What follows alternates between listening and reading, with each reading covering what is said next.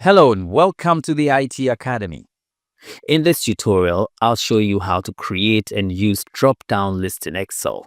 One of the simplest tricks to save time, reduce mistakes, and make your spreadsheet look professional. So we're going to use this list of employees to demonstrate the use of the drop-down list. We have name, ID number, department, and trend.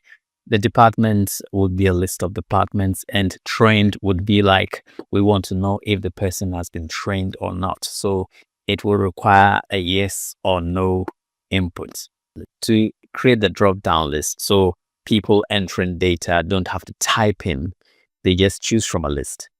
Let's highlight the range here, and then we go to data. We click on the data tab, and then we move on to the right and select data validation and go ahead and select data validation again here. So I click on it and this pop-up menu comes right here. At the moment, this range that I have selected will accept any value. You can type numbers, words, anything, even symbols will be accepted here.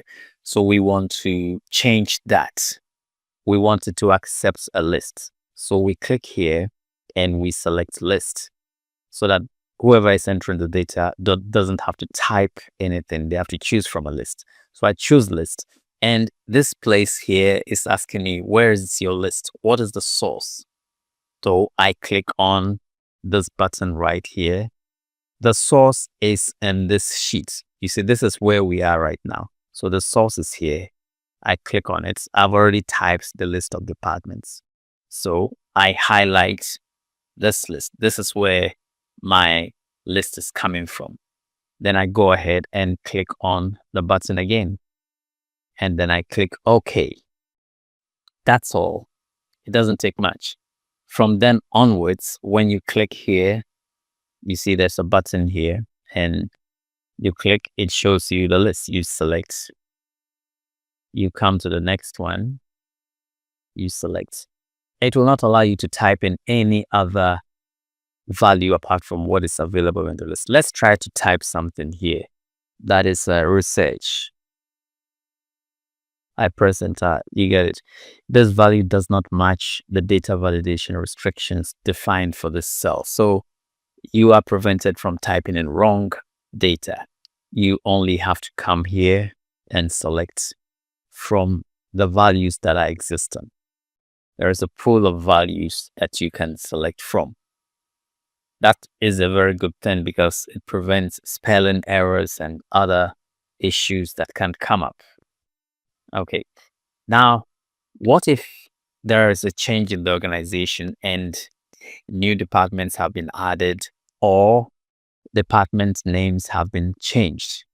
Well, all you have to do is simply go back here and then you see the list of departments. Let me add more to it. I'll put research.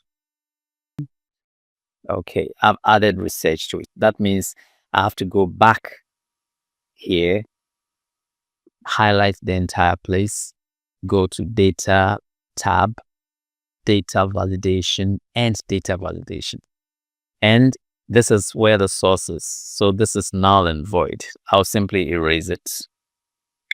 And I click right here and I select this and I click on the button one more time and I click OK.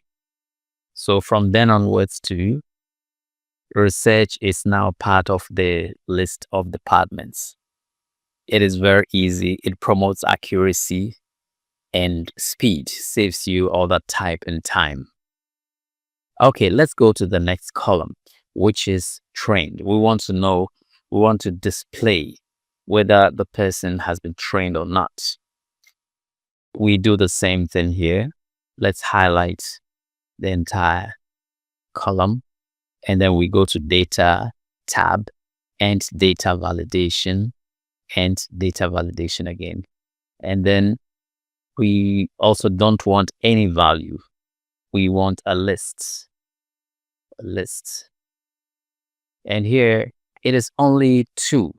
There are only two items in the list. So I can just type it. I'll type yes, comma, no.